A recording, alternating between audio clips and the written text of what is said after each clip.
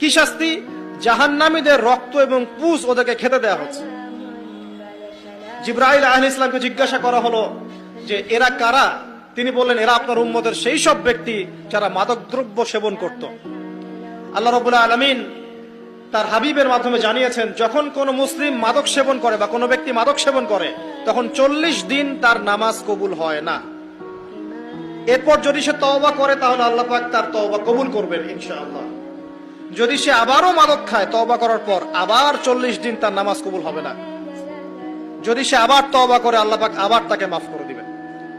যদি সে আবারও মাদক খায়, আবার 40 দিন তার নামাজ কবুল হবে না। তারপর যদি আবার তওবা করে, আবার আল্লাহ তাকে মাফ করে দিবেন।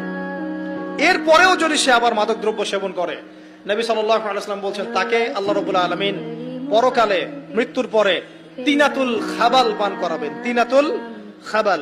জিজ্ঞাসা করা হল, ইয়া রাসূলুল্লাহ,